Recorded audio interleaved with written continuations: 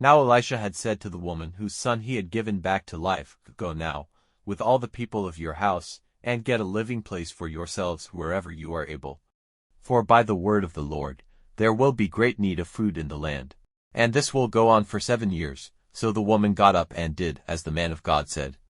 And she and the people of her house were living in the land of the Philistines for 7 years. And when the 7 years were ended, the woman came back from the land of the Philistines and went to the king with a request for her house and her land. Now the king was talking with Gehazi, the servant of the man of God, saying, "Now, give me an account of all the great things Elisha has done." And while he was giving the king the story of how Elisha had given life to the dead, the woman whose son had come back to life came to the king with a request for her house and her land. And Gehazi said, "My lord king, this is the woman and this is her son, whose life Elisha gave back to him." And in answer to the king's questions, the woman gave him all the story. So the king gave orders to one of his unsexed servants, saying, "Give her back all her property, and all the produce of her fields from the day when she went away from the land up till now." And Elisha came to Damascus, and Ben-Hadad, king of Aram, was ill. And they said to him, "The man of God has come." Then the king said to Hazael, "Take an offering with you, and go to see the man of God and get directions from the Lord by him, saying, Am I going to get better from my disease?" So Hazael went to see him, taking with him 40 camels with offerings on their backs of every sort of good thing from Damascus. And when he came before him, he said, "Your son Ben-Hadad, king of Aram, has sent me to you, saying, Will I get better from this disease?" And Elisha said to him, "Go, say to him, you will certainly get better. But the Lord has made it clear to me that only death is before him." And he kept his eyes fixed on him till he was shamed, and the man of God was overcome with weeping. And Hazael said, "Why is my Lord weeping?" Then he said in answer, "Because I see the evil which you will do to the children of Israel, burning down their strong towns, putting their young men to death with the sword, smashing their little ones against the stones, and cutting open the women who are with child." And Hazael said, "How is it possible that your servant, who is only a dog, will do this great thing?"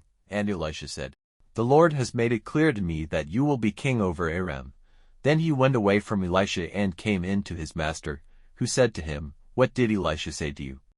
And his answer was, "He said that you would certainly get well."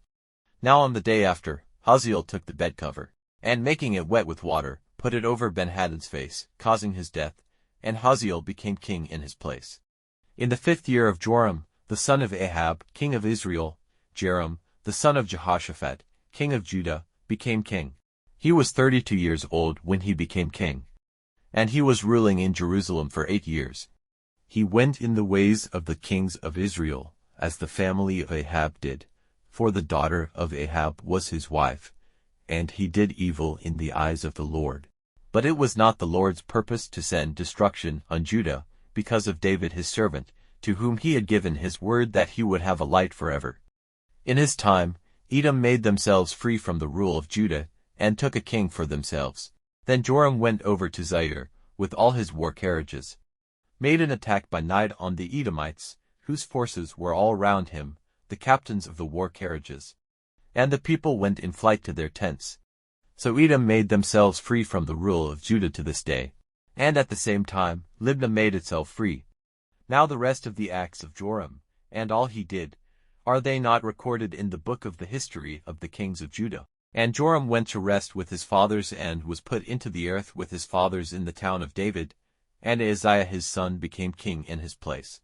In the 12th year that Joram, the son of Ahab, was king of Israel, Ahaziah, the son of Joram, king of Judah, became king. Ahaziah was 22 years old when he became king, and he was ruling in Jerusalem for 1 year. His mother's name was Athaliah, the daughter of Omri, king of Israel.